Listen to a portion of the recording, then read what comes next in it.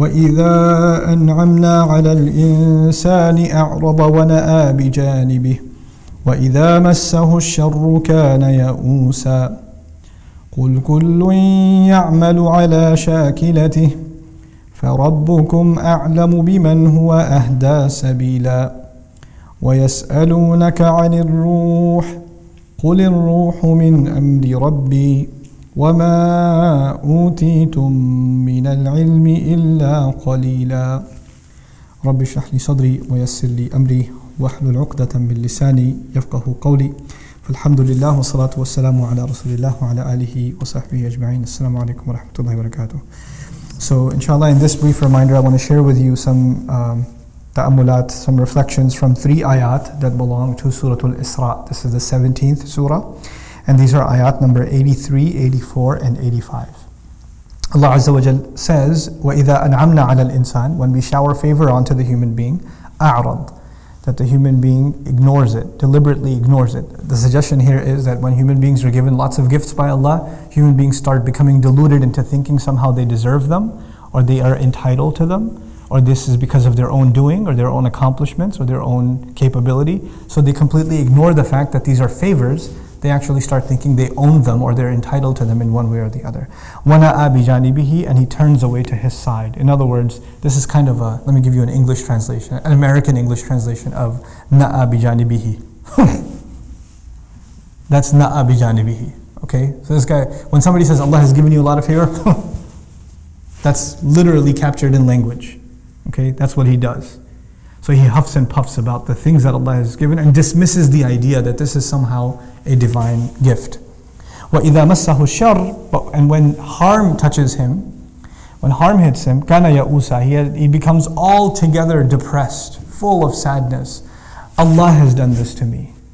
Why am I being put through this? What did I do to deserve this? When good happens, I deserved it. And it was my doing. But when bad happens, it wasn't my doing, it's Allah's doing. Allah did this to me. كَانَ يَئُوسًا, this twisted mind of his.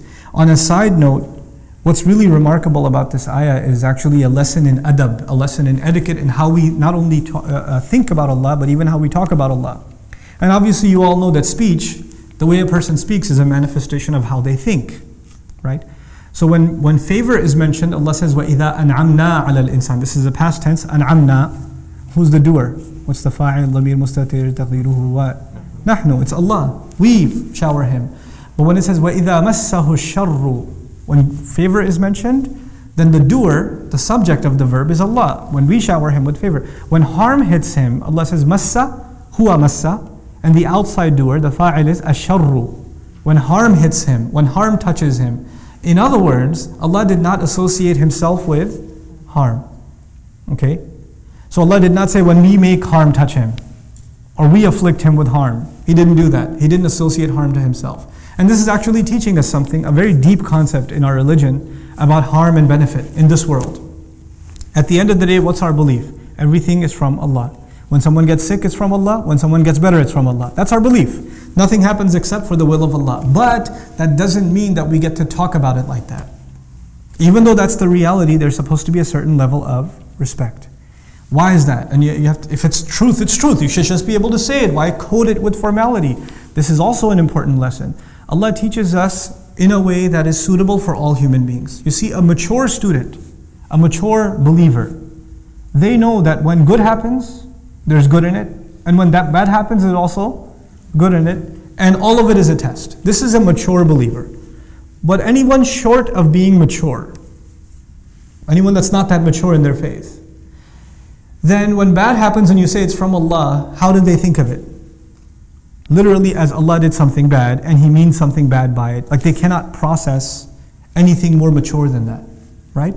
So Allah reveals language that for someone who's deeply going to reflect will also understand, but somebody who just looks at it on the surface level can still appreciate and not get the wrong conclusion. Harm touched him. Allah did not say when Allah harmed him. Allah didn't say it like that. Because for the immature, just listening to that, you just get messed up. And He's actually correcting the immature by saying, وَإِذَا مَسَّهُ الشَّرُّ كَانَ يَئُوسًا. When harm touches him, he becomes entirely depressed. He becomes overwhelmed. Ya'us, actually, fa'ul, this is from ya'is, is mubalagha, extremely depressed. You know, there are some people who are used to success. They're used to just getting 100. They're used to winning every race. They're used to winning every game. They're used to being number one at everything. They're used to getting their parents to listen to everything they say, etc., etc. Then one time they don't get their way. What happens to those kinds of people? Those are the kinds of people in life that have a really hard time dealing with failure, or dealing with loss, or dealing with a challenge. People that take the hits all the time, like the fourth kid or fifth kid or something in a family, it's all good. Or the youngest one, youngest kids, I'm afraid for my youngest one because, she can get away with pretty much anything. Because by the time you get to the youngest age, then, for some reason the policing of your parents I don't know where it goes. Like I tell my mother and father that about my youngest sister. They were tough on us, but my youngest sister gets away with that. And I'm like, Mom, what happened? This was not policy with us.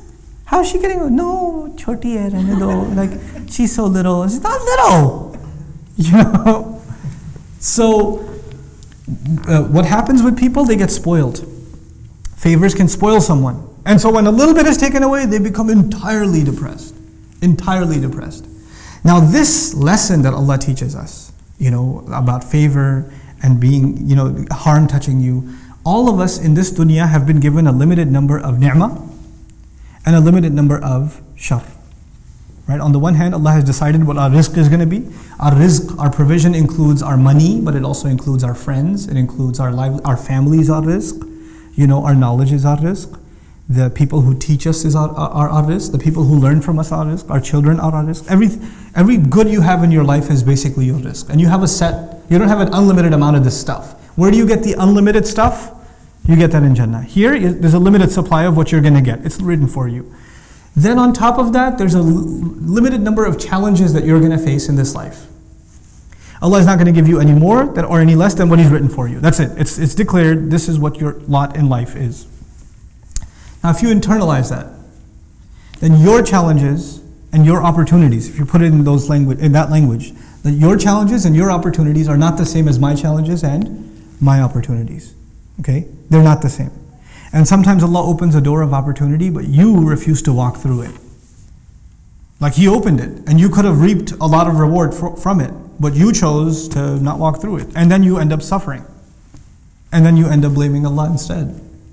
So now, if this is the case, everyone has a different lot in life. Everyone has a different set of challenges, a different set of opportunities. Then the question arises, why? Why not all of us have the same thing?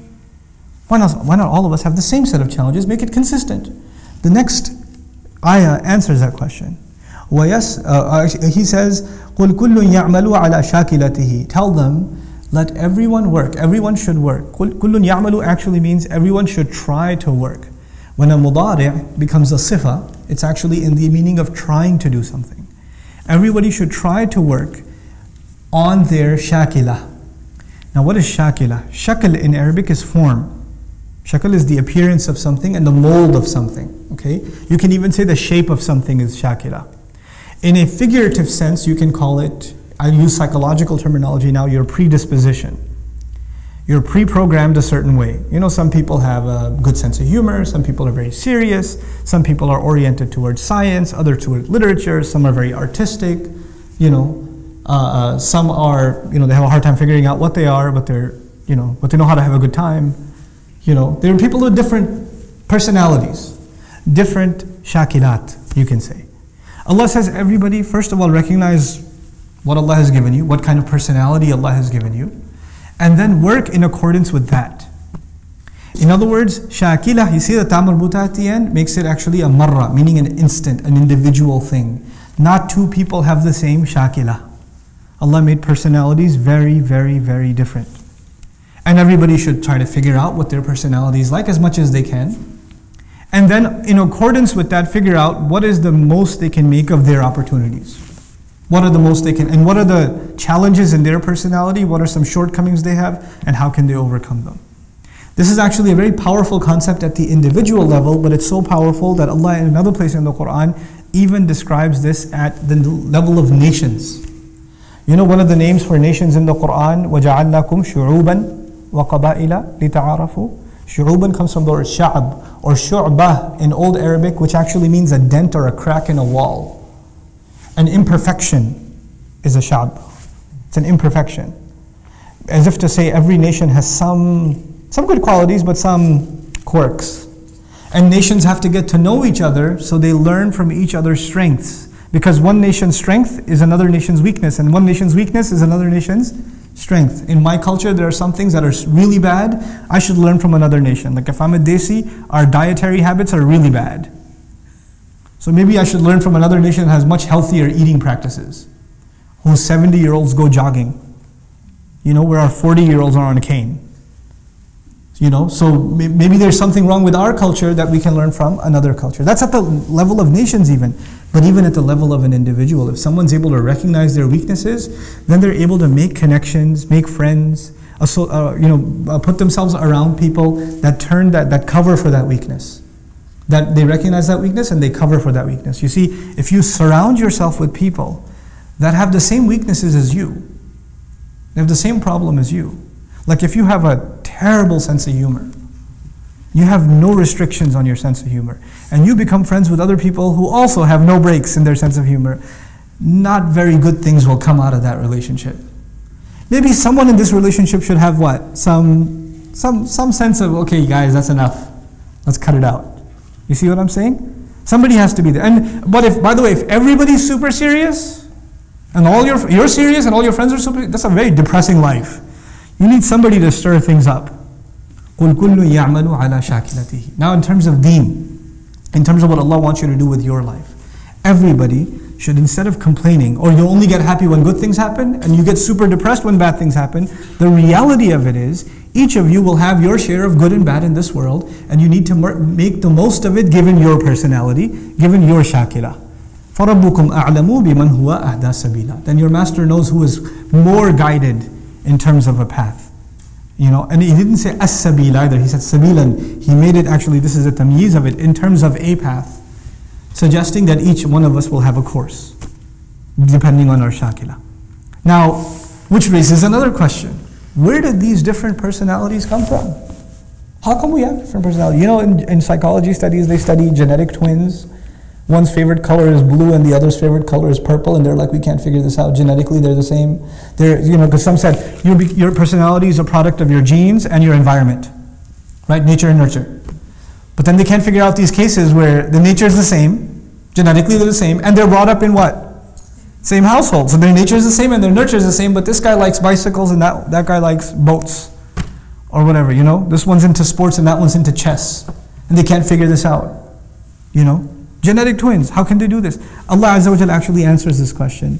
And He says, there is something mysterious about you and what's going on inside you. The next ayah is, وَيَسْأَلُونَكَ عَنِ الرُّوحِ قُلِ الرُّوحُ مِنْ أَمْرِ رَبِّي. They ask you about the ruh, the essence of the human being. By the way, ruh, interesting word in Arabic, associated with rawh, like farawhun wa rayhan, joy, pleasure, contentment, satisfaction.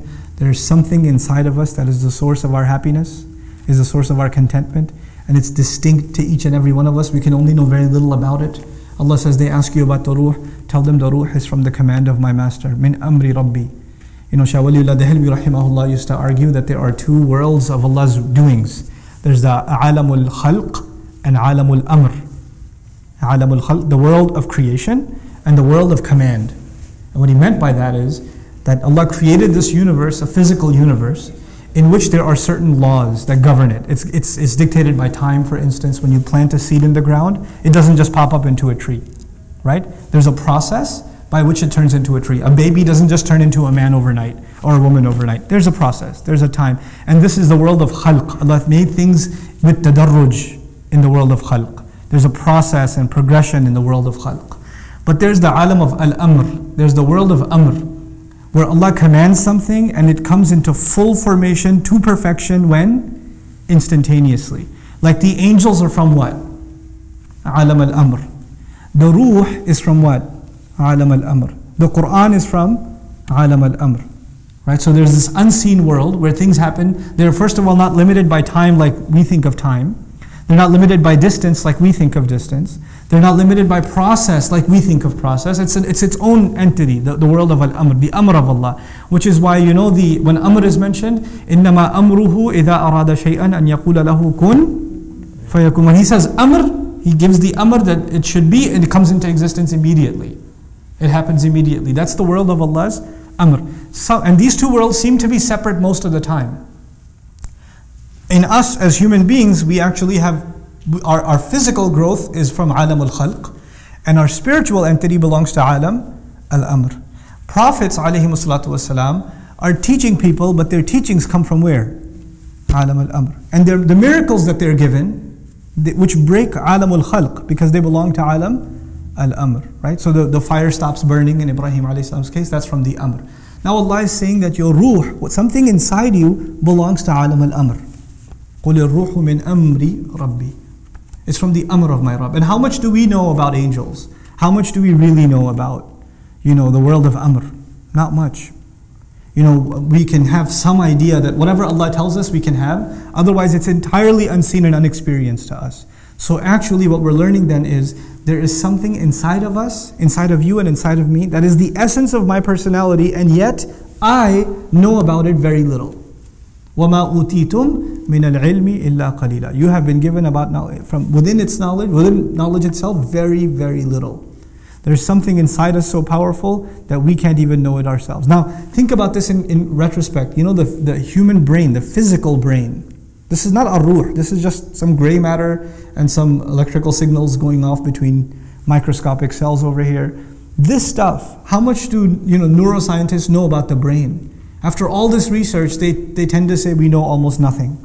We're only beginning to scratch the surface. And that's within alam of what? Al-khalq. So how are we going to know anything really about alam al-amr, the ruh? So what Allah is teaching us then is that we have to go on this expedition. When you work towards your predisposition, you will discover more about yourself. You will not discover who you are until you put yourself to work. And this is the lesson I want to leave you with. Young people nowadays, especially young people nowadays, say, I don't know what I should do. Ustad, tell me what I should do. What should I major in? What kind of job should I do? And they don't do anything. And they get 30 bits of advice from someone. Then they go to someone else and get another 40 bits of advice. Then they go to someone else and get another 50 bits of advice. And they have all this advice from all these people, and they say, well, I asked 100 people and I got 100 different kinds of advice. Yes, that's because you asked 100 people and you got 100 different kinds of advice, because human beings are individuals. They're going to give you individual advice. Until you put yourself to work, you're not going to discover who you are. You're not going to know your strengths, and you're not going to know your weaknesses. Stop being afraid of work. Stop being afraid of jumping in, trying something, failing. Failure is good for you. It exposes the holes in the wall. It exposes what you need to work on. It also exposes the few things that you are good at, and maybe you should refine them even more. But that does not happen until you grind it out, until you throw yourself in the middle, in the mix. I'd like you to think of the fact that our ruh is from alam al-amr, but this life that Allah gave us here, in which we can put ourselves to work and discover ourselves, is not an unlimited life, is it?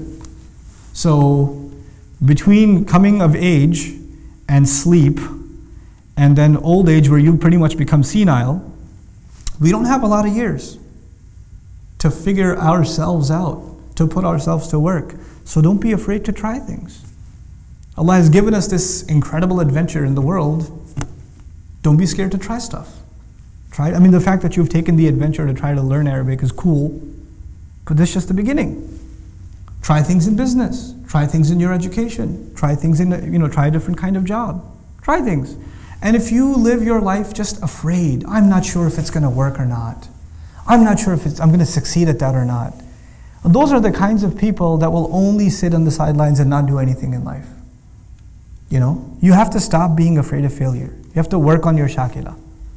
You have to let go of that inhibition. And once you let go of it, amazing things will happen in your life. When you stop being depressed about failures. My favorite student, I've taught, Dream's been around for now 5, you guys are year number 5, it's crazy. You guys are year number 5. One of my favorite students of all time, I'm not going to name him. You know what his problem was? Allah created him not to learn Arabic. That's what I say about him. He's my favorite student. I love him to death. This guy, no matter how hard, and he studied harder than anyone else I know. Day in, day out. He's sitting in class, breaks, everybody else is playing ping pong or slapping each other. He's studying. People are taking lunch breaks. He's studying. He's buried in the notes. He's buried in review. He's always asking questions, studying. He's got piles and piles of notebooks that are filled up with his notes, and get another one and another one and another one. His hand's starting to hurt. No, I'm not going to use a laptop because that's for lazy people. I'm going to study. And he's one of my close friends. He and I used to hang out a lot before. I was like, hey, why don't you come learn some Arabic? He goes, yeah, I'll do it. And he jumps in. And then now during the year, I call him, hey, you want to go hang out, get some pizza or something? No, bro, I got to study. I'm his teacher during the day. And at night I'm thinking, hey, you want to go hang out? No, bro, I got to study. Thanks a lot. Click. And he, on so many exams, failed miserably. But I don't feel bad for him at all. That is effort worth doing. And there are people who did not apply themselves and got easy hundreds. And first of all, I don't even think it was worth their time, the education they received. And I don't respect what they did. I respect what he did. I'm going to try something and I'm going to give it my best. I'm not going to run at the first sign of failure. I'm not just going to walk away and just do something else. You know, where there's this idea that even the line of work you're going to do, the career, the pursuits you're going to make, the efforts you're going to make, so long as you find them enjoyable, you should do it. The moment you have a boring day or two, you should be like, I need to do something else. I'm going to move on to something else. Really? Really? This is not Jannah. You have good days and bad days. This life is like that. When favors are being showered, everything's happy. I'm perfect. This is the way I need to be. And the moment things don't go your way, kana ya'usa. You become super depressed. I don't know if this is the thing for me. I don't know if I should even be doing this. It happens to students. They fail one test. Or no, not fail. Sorry, got a 95. Astaghfirullah al-azim. How will you show your face to your parents? Who will marry you now that you have a 95? You know? I don't know if I should drop out now because it's not even worth it anymore. Are you serious? Grow a spine. Grow a thick skin. Apply yourself in whatever you do. And this is not just about your studies at the program, at Dream. This is beyond that. In life, have that attitude.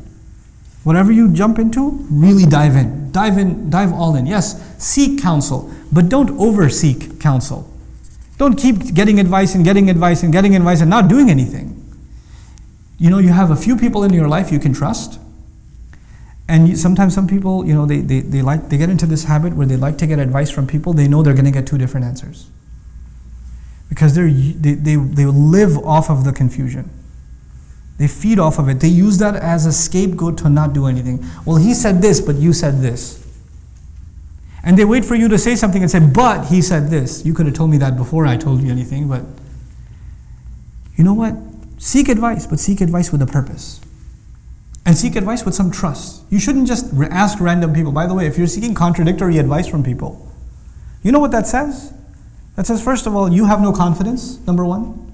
And number two, it says you don't trust people. You don't trust them. Why are you asking their advice if you want an alternative opinion?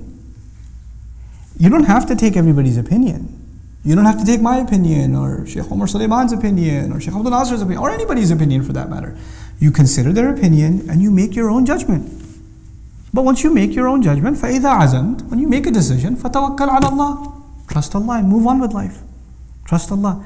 This is how you get to discover yourself. And that's actually a very important lesson in life that Muslims, all of you, have to internalize, and inshallah ta'ala, great things will come for you in life and for the benefit of others in your life if you internalize this. Barakallahu li wa lakum fil Qur'an al-Hakim wa nafa'ani wa iyyakum bil ayat wa dhikr al-Hakim. Wassalamu alaikum wa rahmatullahi wa barakatuh. Hello, my name's iPhone 6 Plus. I'm an atheist. I don't believe in fairy tales that some creature with intelligence created me. It's gonna do this!